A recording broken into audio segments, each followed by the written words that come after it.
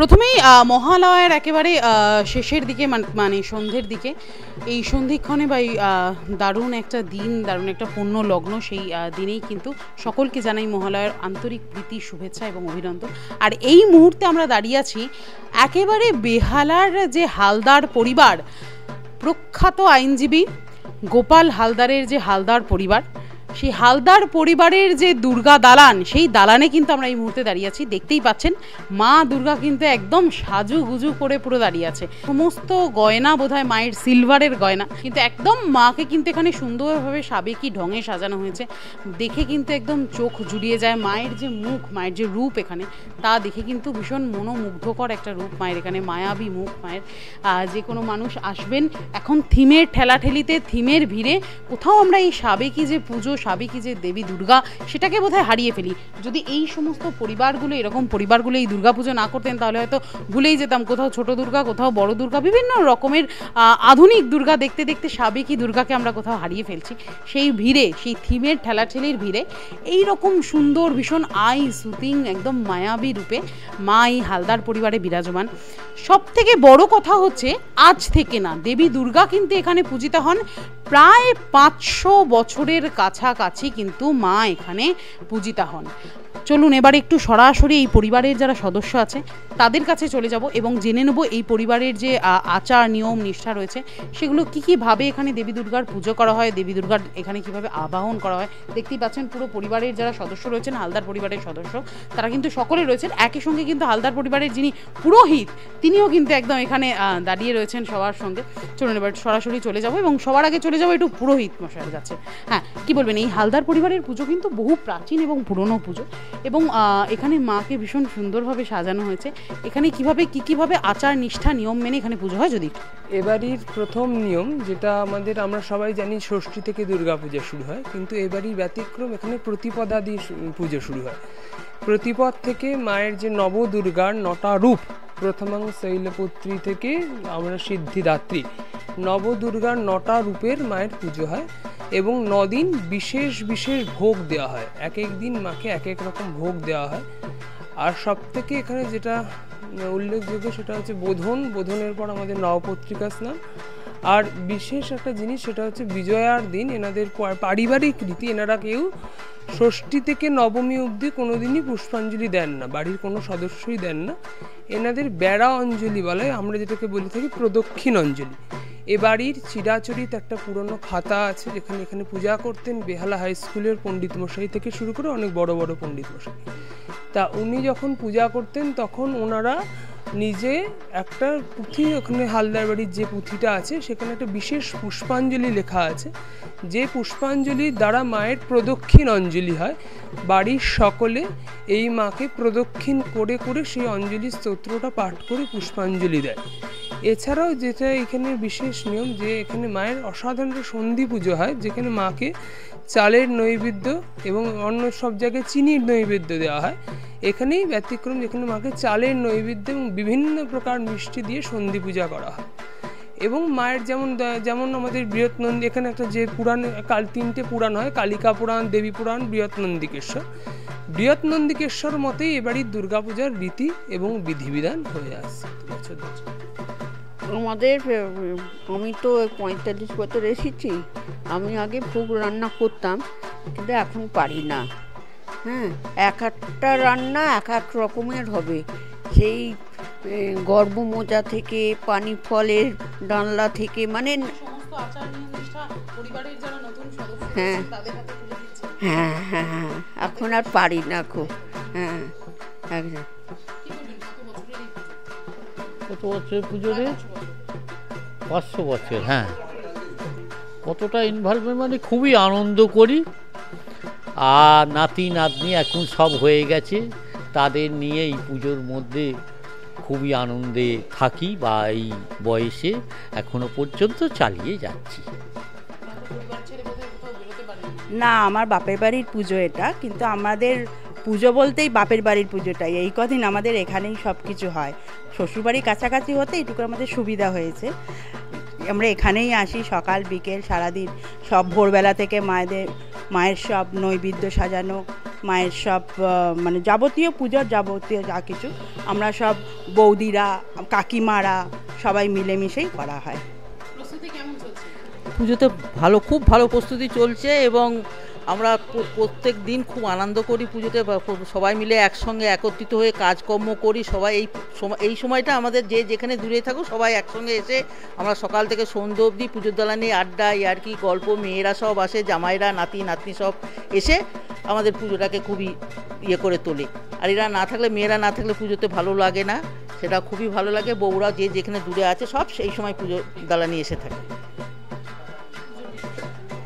এই পুজোর বিশেষত্ব হচ্ছে তিনটে, যেটা একটা কলাবউ বরণ করা, এটা সব জায়গায় হয় না।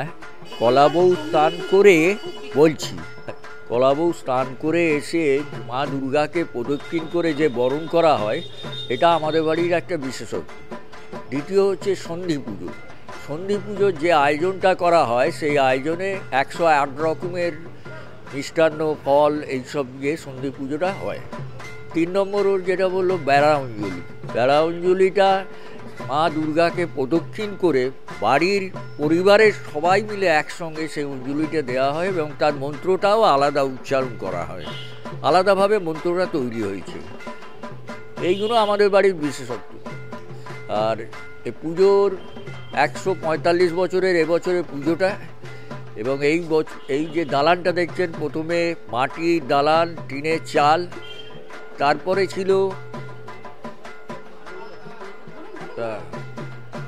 এই দালান ক্রমাগত 4 বার রিনোভেট করে এই দালান আজকের এসেছে। আমরা মোটামুটি পরিবারের সবাইকে নিয়ে একসঙ্গে এই পুজোটা করি। এই পুজোই আমাদের সারা বছরের একটা ইন্ধন যোগায়। আর বাড়ির পুজো, আমি এই বাড়ির মেয়ে, তো এই পুজোটা মানে আমাদের কাছে দুর্গা পুজো মানেই হচ্ছে বাড়ি। আমরা বাড়ি থেকে কোথাও বেরোইও না এবং এই পুজোতেই আনন্দ করা, সবাই আসা, গল্প আড্ডা, ভোগ খাওয়া, এই নিয়েই আমাদের কেটে যায় পুজো। আনন্দ তো খুবই হয়। এটা আমার মামার বাড়ির পুজো। সেই ছোটোবেলা থেকে মানে পাড়ার পুজো, আপনি যেটা প্রথমে বলছিলেন থিমের ভিড়, ওটা ওই পাড়ার পুজো অবধিই থাক। এখানে ফিরে আসা, বারবার এই বাড়ির পুজোয় আসা, ওই সাবেকিয়ানার টানে। এই 5টা দিন মানে পুজোটা 10 দিন হয়, কিন্তু সকলের তো 10 দিন আসতে পারে না, কিন্তু ওই সেই 5টা দিন বাড়ির সকলে, মামার বাড়ির সকলে মিলে মিশে, যাদের সাথে তো সারা বছর দেখা হয় না, তাদের সাথেও এই 5টা দিন দেখা হয়। ওই মানে পরিবারের টানটাই, মা দুর্গাও বাপের বাড়ি ফিরছেন, আমরাও মামার বাড়ি ফিরছি, তো সেই টানটাই থাক, সেইটাই থেকে যাক আশা করি। আমার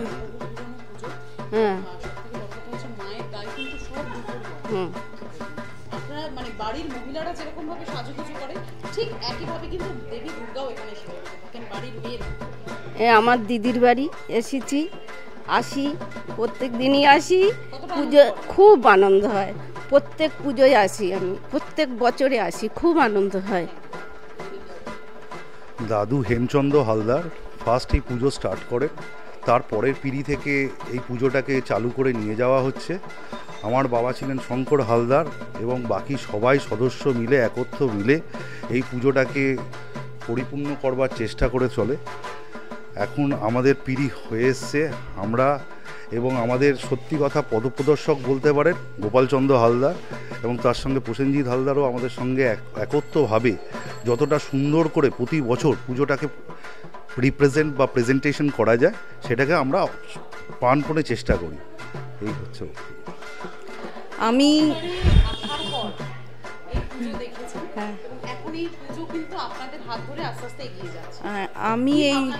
আমি এই বাড়ির বউ, কিন্তু আমার দাদুরা পাশেই থাকতো, সুতরাং জ্ঞানত অবস্থায় আমি ছোটোবেলার থেকে এই বাড়িতে এসে অষ্টমীতে অঞ্জলি দিতাম। আর কোইন্সিডেন্টালি এই বাড়ির ছেলের সঙ্গেই আমার বিয়ে হয়। আর এখন তো বাড়ি ছেড়ে আর মানে আমরা এই সারা বছর অপেক্ষা করি এই কয়েকদিনের জন্য, এসে ভীষণ আনন্দ করি, আমরা খুব আনন্দ করি। আমাদের পরিবারের সবার সঙ্গে দেখা হওয়া, আনন্দ করা, ভোগ খাওয়া, একদম টোটালি ইনভলভ হয়ে থাকা, ভীষণ ভীষণ আনন্দ হয়। এই পুজো যাতে আরও বড় আরও ভালোভাবে আমাদের সবার ওপরেই আমাদের গার্জেন হিসাবে আর কি গোপাল কাকা আছেন, আমরা সবাই একসঙ্গে মিলে এই পুজোটাকে যা আরও বড় করে আরও ভালোভাবে যাতে করতে পারি সেটাই একটা আমরা আশা রাখছি আর কি। হ্যাঁ পুরো বহুদিন, হ্যাঁ হ্যাঁ দিয়ে দিচ্ছি, বাচ্চাদের শিখিয়ে দিচ্ছি।